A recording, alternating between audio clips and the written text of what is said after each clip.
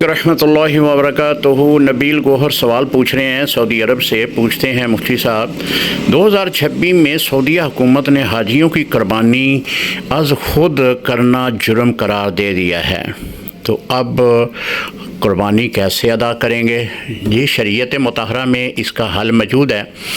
हज की 3 अक़साम हैं, हज तमत्तु, हज किरान, हज अफराद।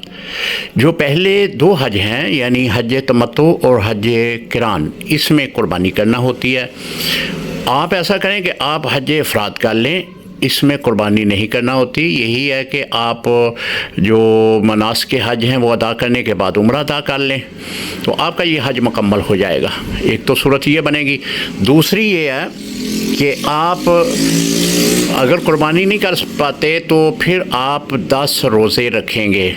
वो रोज़े रखने का भी तरीका ये है कि आप 3 रोज़े तो उधर ही रखेंगे, मसलन 7 ज़ुल्हज को रख लें, 8 को, 9 को, और बाकी 7 रोज़े जो हैं वो आप ईद के बाद हज के अयाम गुज़र जाएं तो उसके बाद 7 रोज़े मुकम्मल कर लें।